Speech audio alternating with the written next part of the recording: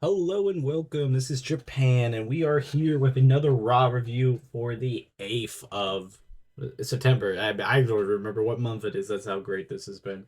Um, honestly, this is a really kind of crazier Raw to review because it's a really roller coaster of a lot of different stuff.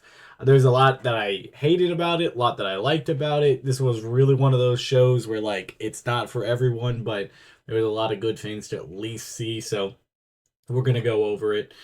First off, we started the show off with the Usos, with coming down in Jay's music of Jimmy and Jay kind of reuniting. I mean, they've been together, but this is them as a tag team.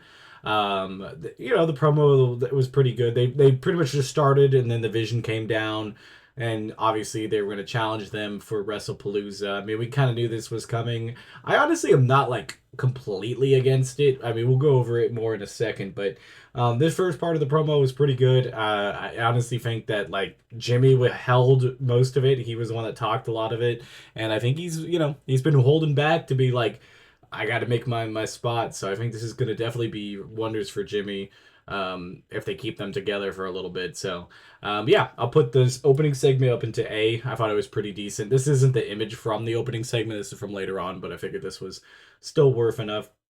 And then I'll put the match at WrestlePalooza as S because I'm definitely interested to see what they do there. I kind of feel like we know what's gonna happen, but you never know. So I'll keep that open right there. Next up, we had our first match. It was AJ Styles versus El Grande Americano. This was an interesting choice of a match because honestly, neither of them could really afford to lose. Essentially, especially AJ Styles, which he did end up picking up the victory, but El Grande Americano is undefeated on Raw. He's been doing great in AAA. So really thought there would be something there where maybe Dom was going to get involved. I know we had El Grande Americano 2 Junior, whatever you want to call it, Evil Clone, whatever, which way they're going to go with that. Not a big fan of it. I do feel like the El Grande Americano gimmick is getting better, and Ludwig is grabbed it and really made something from it, but I don't feel like having the side stuff I think is going to work for it. This match was overall pretty solid. I put it in B. It was a great start of matches, or a great way to start the matches, so I think it was worth it.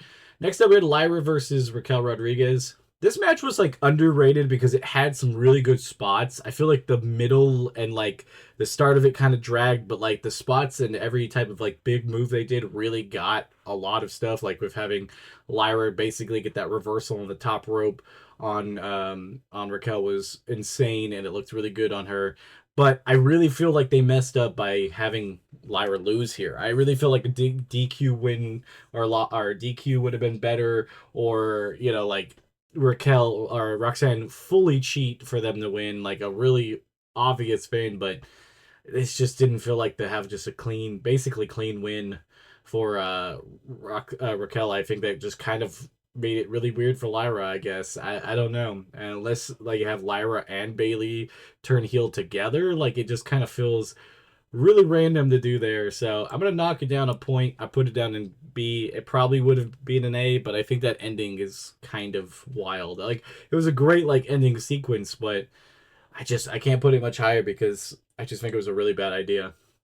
Next up, we had AJ Lee's first promo in what 13 years. I forget exactly how long she's been gone. I thought she did fantastic with it. Obviously, she, was a little nervous, but I think she did really good. She connected with the audience really well. She did everything she was supposed to. She was sporting the IC belt, and Becky came down and started talking about it. That brought Seth down there, and basically they were trying to AJ Lee was trying to bait them into a mixed tag match, which eventually she did get with some shenanigans going on with CM Punk coming down. I like it. This whole feud, everything about it is just great. So I put the segment up into S, and I will put the match up into S. I think it's going to be one of the better matches, and probably the most exciting match that I'm looking forward to, because honestly, this is kind of a weird one because it's a lot of heavy hitters. You got the world heavyweight champion, the IC champion, and then you got, pretty much the number one contender for both of those titles kind of into that. So it's an interesting thing. So I think we're gonna see a lot this comes from this match, solo matches between each person probably, and a lot of other different stuff. So Definitely put it up in S tier. This is when the show started kind of petering off for me. We had a couple backstage segments of Penta wanting to be the Intercontinental champion, and Adam Pearce was about to talk to him, and then Rusev wants to be in there, so that led them to have a match. I don't know why they just didn't flat out call this a number one contenders match. I think it's because they really do want Penta to be the number one contender, but he was going to be screwed over in the match, which we'll get to in just a second. And then we also had, Asuka still being defensive of Io Sky, trying to make sure she doesn't be friends with anybody, including Nikki Bella, which led in a match for them later on. But I feel like after those segments were done, the matches just kind of fell apart. So we'll start with the Rusev and Penta match. I didn't really care for much of it. I think Penta's side of things was much higher. I probably put it in B. Rusev, I probably put down in the D. I really feel like maybe I'm just not really vibing with Rusev in general. So I haven't been really great on his matches because I guess I'm just not feeling it. I'm the only one. You guys could probably tell me if you guys are feeling his return or if not. Me personally, I out of all the people that's returned from AEW, I think this has been the one that I've cared the least about. Then Penta kind of basically loses this match because of the New Day coming down, which hopefully means Penta will cost them the tag team titles in the AAA event on Friday. But what was the point of all this? Like, I don't know, having Penta lose multiple matches. I think if he would have won against Kofi Kingston and like completely swept the New Day and Grayson Waller, that would have been fine. But and then losing here wouldn't have been as jarring. But that's like two losses in not that long of time. And if they're really trying to build him as like a champion at some point, I feel like that was kind of the wrong call there. This match would go down in D. And then we go Asuka and Nikki Bella. Another just kind of not really sure what Nikki Bella is going to be able to do for everybody. I feel like having the nostalgia value of having her come back has been great, but I don't think she's been gelling with the people that they have her going against. And maybe it's just the wrong combination or whatever. I think her mic skills and everything else have been pretty good, but Asuka doesn't really have bad matches, but they really had no timing in the ring, and I couldn't really get behind the match. I mean, this would probably be the lowest rated Asuka match I've ever seen. I just could not really care about watching it. It was going on, stuff was happening, didn't really care too much. I mean, obviously they had more stuff after this where Asuka, Nikki Bella was going to talk to, I guess just in general, when then Asuka and Kairi Sane came down, and then Rhea Ripley came up to Nikki Bella to back her up. If this leads to a tag match, I think it's probably the best case. But I just not really vibing with what they've done for Nikki Bella. I'm not even saying it's anything against her to a certain extent. I just think that there hasn't been whatever they want to decide with her run. I think like they're kind of teasing that she might be like a heel at some point. But again, I just don't really understand how that's going to work right now with what the current landscape of the main event scene is. So I guess we'll have to see, but I didn't really like this match. I'd put it down in D. It would probably be my least favorite match if it wasn't for the Rusev Penta match. I think both of those were wrong. At least they got the right winner on this match because Asuka should have 100% won. I saw so many people on X just talking about like, this is a travesty because she's a Hall of Famer. I'm like, Asuka is a first ballot type Hall of Famer herself. The list of accomplishments she's had is insane. Like, you can't, just do that by saying that. But if it leads us to a tag match, I'll be happy, but I'm not vibing with much of this storyline.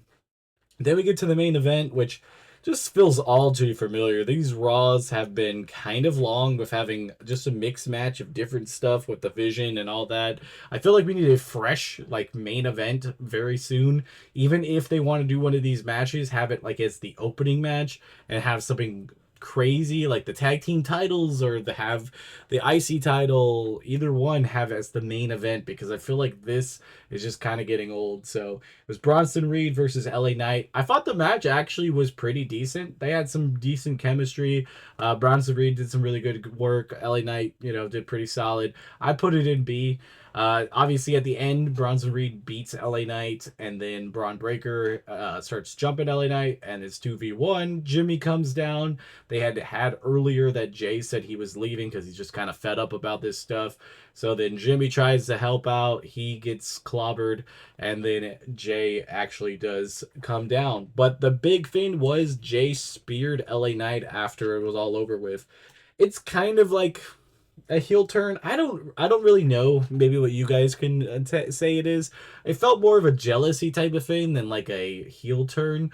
I'm excited to see where it leads us. I don't think we're gonna get an answer anytime soon. It might be like Jay versus LA Knight next week or something, but I don't think we're gonna get much more of an answer from that because obviously they have the WrestlePalooza match, so they already got stuff locked in. So I don't think there's anything for LA Knight on this next WrestlePalooza card. I feel like most of the matches are almost set or like have hints of where they're going. So unfortunately, I think LA Knight's going to be dropped on that one. But I do think this will be a small feud that they will have at least a match between each other, and it'll be interesting. I'm gonna put it in A. I'm interested to see if it's a full heel turn or if it's just some weird thing that they're side pivoting for the time being.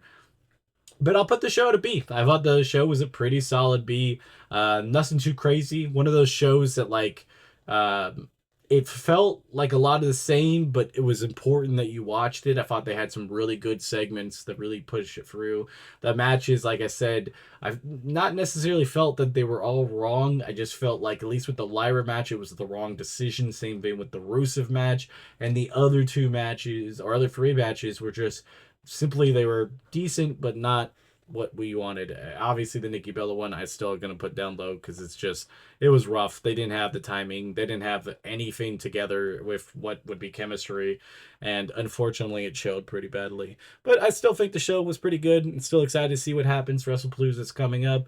We'll have shows or videos up all this week of different stuff. So if you guys like the WWE, we'll also be doing a triple A prediction video for the event on Friday because it seems like it's going to be a bigger deal. Till next time, this has been Japan. Bye, guys.